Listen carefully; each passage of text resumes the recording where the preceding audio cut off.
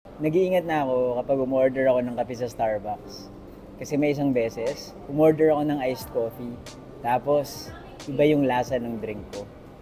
Story time. Hindi to sponsored post at hindi ko to ginagawa para siraan yung Starbucks. Nagkataon lang talaga na nandito ako ngayon at naalala ko yung kwento.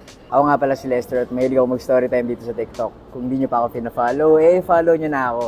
Nung college kami, kapag nakaluwag-luwag, tumatambay kami sa Starbucks sa may dapitan. Pagkatapos ng klase, wala lang, chill lang, kasi ayaw pa namin umuwi. Hindi ko makakalimutan yung isang gabi na pumunta kami sa coffee shop. Ang order ko nun lagi ay Java Chip Frappuccino na venti.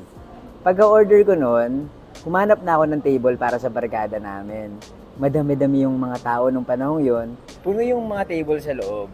Pero buti na lang, merong isang grupo na paalis. Pero nasa outdoor dining sila.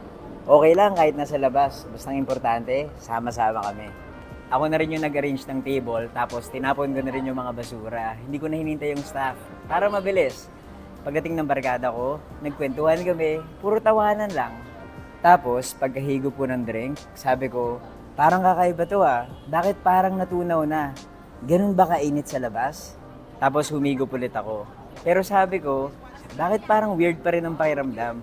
Pero yung lasa, Java Chip Frappuccino pa rin. Tapos tinanong ako ng katabi ko, bakit Princess yung pangalang nakalagay dyan sa baso mo? Sumagot ako, sino si Princess? Tiningnan ko yung baso ko.